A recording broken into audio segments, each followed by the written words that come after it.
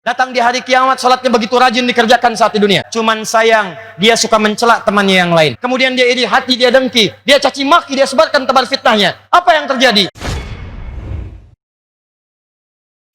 Terakhir, saya nggak banyak-banyak dia. Yang terakhir, sifat akhlak yang terakhir sebagai penutup, selain hubungan dengan Allah yang kita jaga, juga jaga hubungan dengan sesama.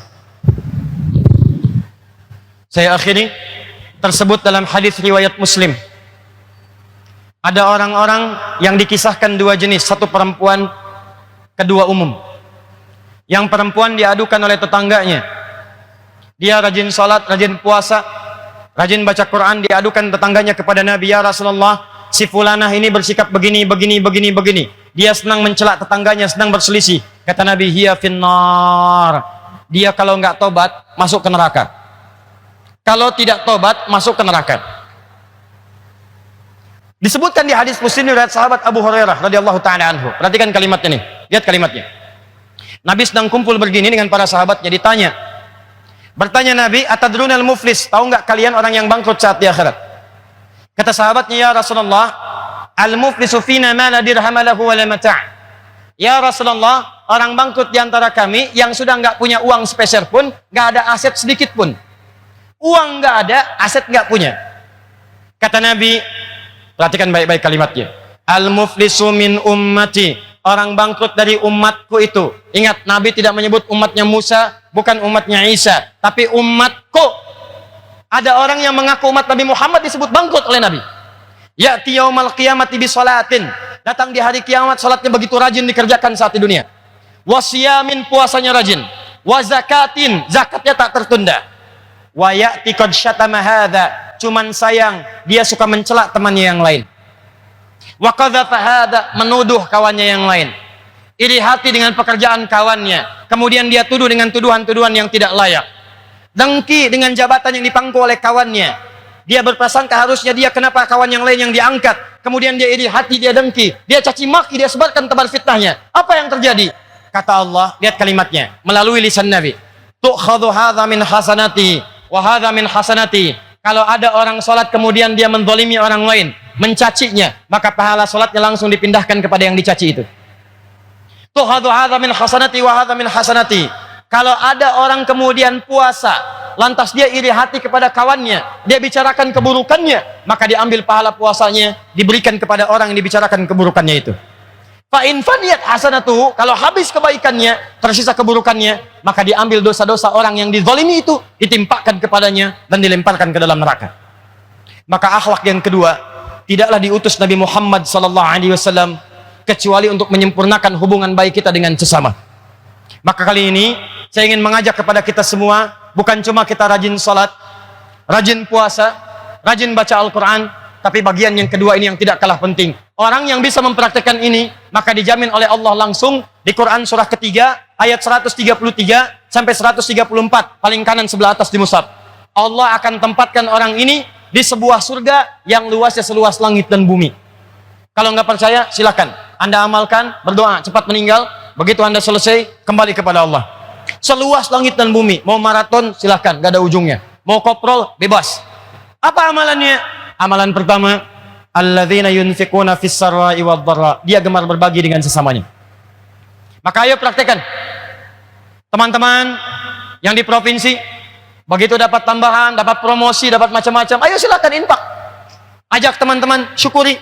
Boleh jadi Anda naik jabatan itu bukan karena Anda hebat juga, karena teman-teman Anda membantu Anda. Kalau nggak ada tukang fotokopi, bagaimana naskah-naskah Anda itu bisa diperbanyak? Kalau nggak ada yang ngetik, kalau nggak ada yang nyediain komputer, kalau Anda haus nggak ada yang nyediain teh, bagaimana Anda bisa menunaikan tugas dengan baik? Makanya adabnya kata Quran, begitu mendapatkan rezeki lebih dari Allah, bagi dengan sesamanya. Bahkan dalam hal ini jangan pisahkan non-muslim. Mungkin di sini ada pegawai yang non-muslim. Begitu Anda dapatkan rezeki, bagi. Yuk ajak. Makan yuk. Masya Allah. Tumben baik hari ini. Bukan tumben, tapi Allah memerintahkan saya untuk berbagi. Begitu mendengar kalimat Allah dalam jiwanya, boleh jadi hidayah akan terpajang dalam dirinya.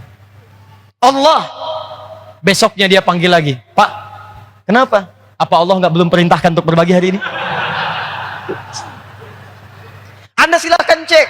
Banyak hadis-hadis Nabi itu mendorong kita untuk berbuat baik dengan sesama.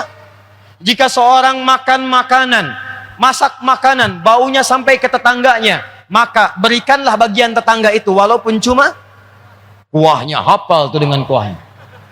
Tapi awas, jangan salah cara mengamalkan. Anda yang makan ayamnya, kuahnya bagi orang, bukan.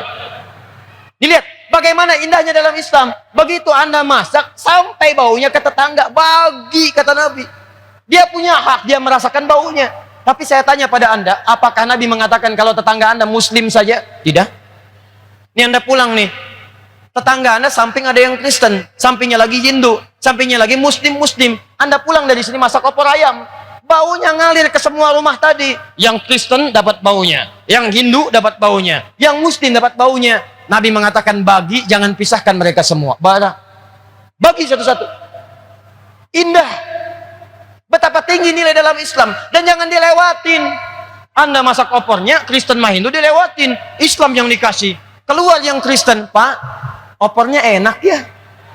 Emang enak, Pak? Luar biasa. Cuman sayang, Bapak kafir. Oh, tidak. Kasih.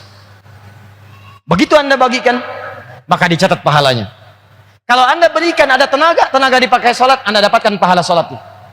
Anda berikan pada penghafal Quran, dibelikan mushaf, begitu dibacakan oleh orang ini, setiap hurufnya 10 pahala untuk Anda.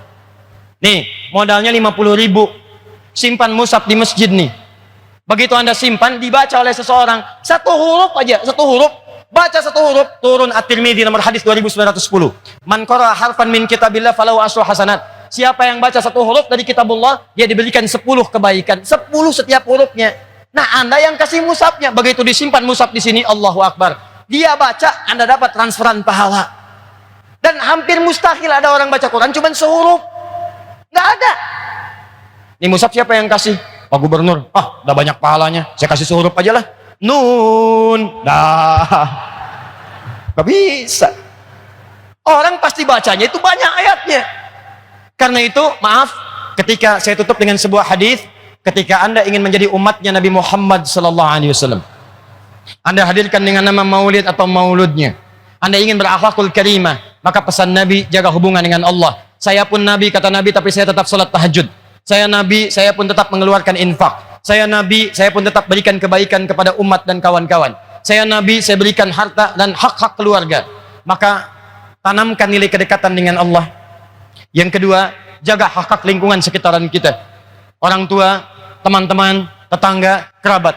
Kalau itu semua kita praktekkan, insya Allah keberkahan akan diturunkan di lingkungan kita semua. Siap insya Allah?